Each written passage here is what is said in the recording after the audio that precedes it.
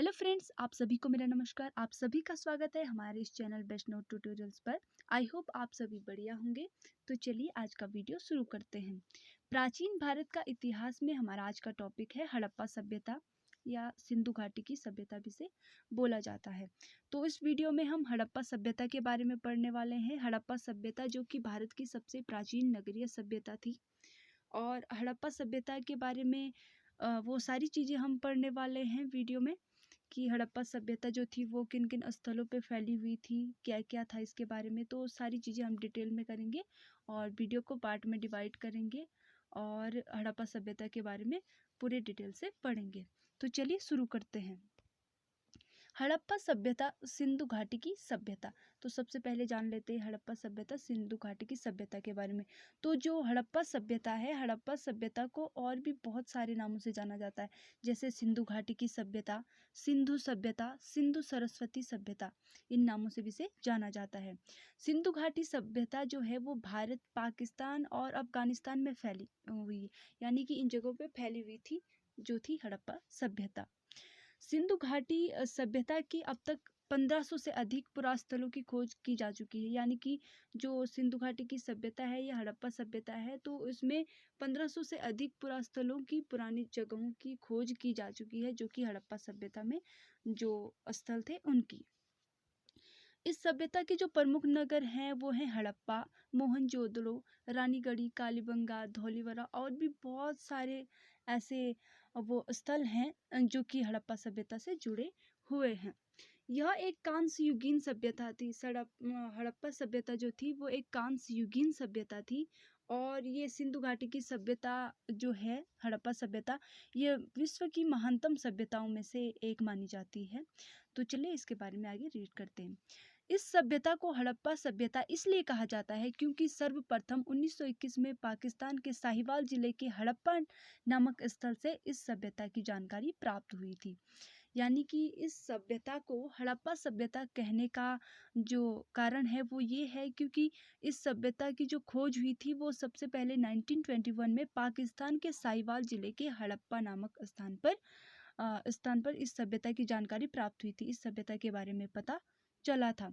और हड़प्पा सभ्यता की जो खोज मानी जाती है, सिंधु घाटी सभ्यता की खोज जो मानी जाती है वो मानी जाती है 1921 में। और किसके द्वारा मानी जाती है? दयाराम साहनी के द्वारा। दयाराम साहनी के द्वारा हड़प्पा सभ्यता की खोज की गई। तो दयाराम साहनी के द्वारा 1921 में की गई।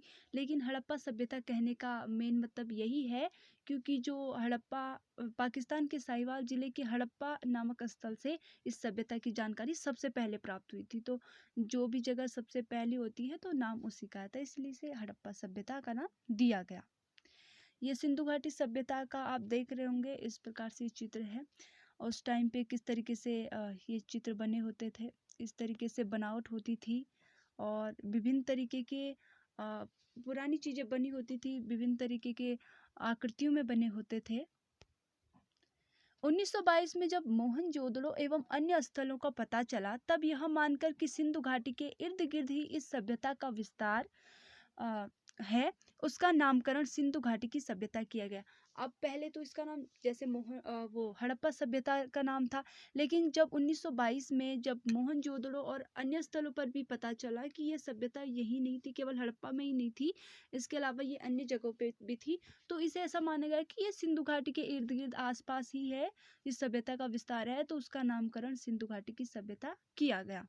परंतु यह नाम भी इस सभ्यता के सही सही भौगोलिक परिप्रेक्ष्य में अपर्याप्त है, अतः इसका उपयुक्त नाम हड़प्पा ही है। क्योंकि किसी लुप्त सभ्यता का नामकरण प्राय उस नाम के ऊपर कर दिया जाता है जहां से सबसे पहले इस सभ्यता से संबंधित सामग्री मिलती है। अब किसी भी चीज का मेन श्रेय उसी को जाता है जिससे शुरुआत होती है, तो वो सिंधु घाटी के इर्द गिर्द ही वो स्थान है, लेकिन सिंधु घाटी की सभ्यता भी उसका नाम दिया गया, लेकिन उसको पूरा नहीं माना गया। अब जिससे जो शुरुआत में सबसे पहले जहाँ से खोज हुई थी हड़प्पा, तो वहीं से इसका मेन माना जाता है कि मेन वहीं से इसके बारे में पता चला था, इसलिए इसे हड़प्पा सभ्यता ही माना जाता है, क्योंकि इस सभ्यता से संबंधित सबसे पहले सामग्री जो थी वो हड़प्पा से ही मिली थी। अब आगे आता है, वर्तमान में हड़प्पा सभ्यता का जो क्षेत्रफल है वो है 12,99,600 वर्ग मील है। वर्तमान में हड़प्पा सभ्यता का क्षेत्रफल जो है वो है 12,99,600 वर्ग मील है।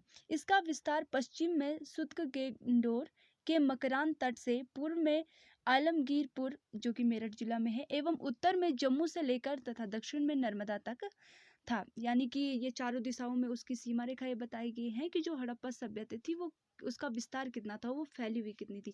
सबसे उत्तर में गुमला एवं सबसे दक्षिण में सूरत जिले का हल्द्वानी इसमें सम्मिलित है। यानी कि इस तरीके से ये जो क्षेत्र हैं ये सारी हड़प्पा सभ्यता के अंतर्गत आते हैं। सैंधव सभ्यता के महत्वपूर्ण स्थलों की स्थिति तथा परिचय। सैंधव जो सभ्यता है यानी कि सिंधु घाटी सभ्यता है, तो इसके कुछ महत्वपूर्ण स्थल हैं, जगहें हैं, तो इनकी स्थिति के बारे में कि इस टाइम पे वो कहाँ पे क्या उनकी स्थिति है और उनके परिचय के बारे में हम पढ़ेंगे, उनके बारे में जानेंगे। तो इसमें फर्स्ट आता है बलूचिस्तान। तो बलूचिस्तान में सुत्गेंडोर आता है। तो इसका पता 1927 में जॉर्ज डेल्स ने लगाया था, जो कि ये सुत्गेंडोर था, इसका पता 1927 में किसने लगाया था? जॉर्ज डेल्स के द्वारा लगाया गया था इसका पता। 1962 में जॉर्ज डेल्स ने इसका पुरातत्वेषण किया, यानी कि इसके बारे में आगे भी उन्होंने खोज जारी रखी। यह स्थल दाश्क नदी के किनारे स्थित है।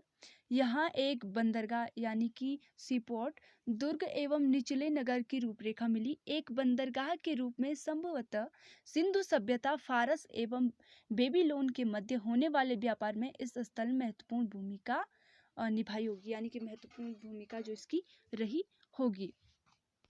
इसके बाद आगे आता है अगला जो स्थल है सोतकागुह।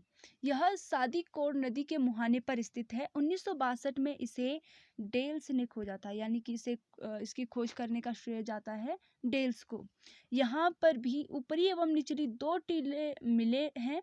यह बंदरगाह न होकर समुद्र तट एवं समुद्र से दूरवर्ती भूभाग के मध्य व्यापार का केंद्र रहा होगा, यानी कि व्यापार से संबंधित चीजों के लिए आदान प्रदान इधर उधर करने के लिए ये जगह भी क्या थी, फेमस थी। आगे आता है डाबरकोट। जो डाबरकोट था यह विंदार नदी के मुहाने पर स्थित था। ये जो था डाबरकोट, ये विंदार नदी के मुहाने पर स्थित था। तो ये सारी चीज़ें सिंधु घाटी सभ्यता से रिलेटेड स्थल हैं जहाँ पे खोज की गई। पता चला कि जो भी चीज़ें प्राप्त हुई तो उससे पता चला कि यहाँ भी हड़प्पा सभ्यता थी, सिंधु घाटी सभ्यता थी। ये मोहनजोदड़ो पाकिस्तान, ये एक चित्र दिखाई दे रहा है कि किस प्रकार से जो हड़प्पा सभ्यता का जो प्राचीन चीज़ें मिली हैं वो किस प्रकार से हैं। और ये आपको यहाँ पे दिखाई दे रहा होगा, तो यहाँ पे डाबरकोट भी लिखा हुआ है, यहाँ ऊपर वाली साइड पे यहाँ पे है डाबरकोट। तो इस तरीके से जो स्थल थे ये थे उस टाइम पे, बहुत ही स्थल इनको मानचित्र में दिखाया गया है कि इस टाइम पे किस जगह पे है। तो आई होप आप लोग को ये वीडियो पसंद आई होगी, तो वीडियो को लाइक कीजिएगा, हमारे चैनल को सब्सक्राइब कीजिएगा। अगले पार्ट में हम पढ़ने वाले हैं मोहनजोदड़ो, हड़प्पा और बहुत सारे ऐसे स्थलों के बारे में जो कि हड़प्पा सभ्यता से जुड़े हुए हैं, सिंधु घाटी सभ्यता से जुड़े हुए, तो उनके बारे में भी पढ़ेंगे, उनकी स्थिति के बारे में पढ़ेंगे, उनके परिचय के बारे में पढ़ेंगे। तो वो वीडियो के पार्ट 2 में पढ़ने वाले हैं। Thanks for watching. Thank you so much.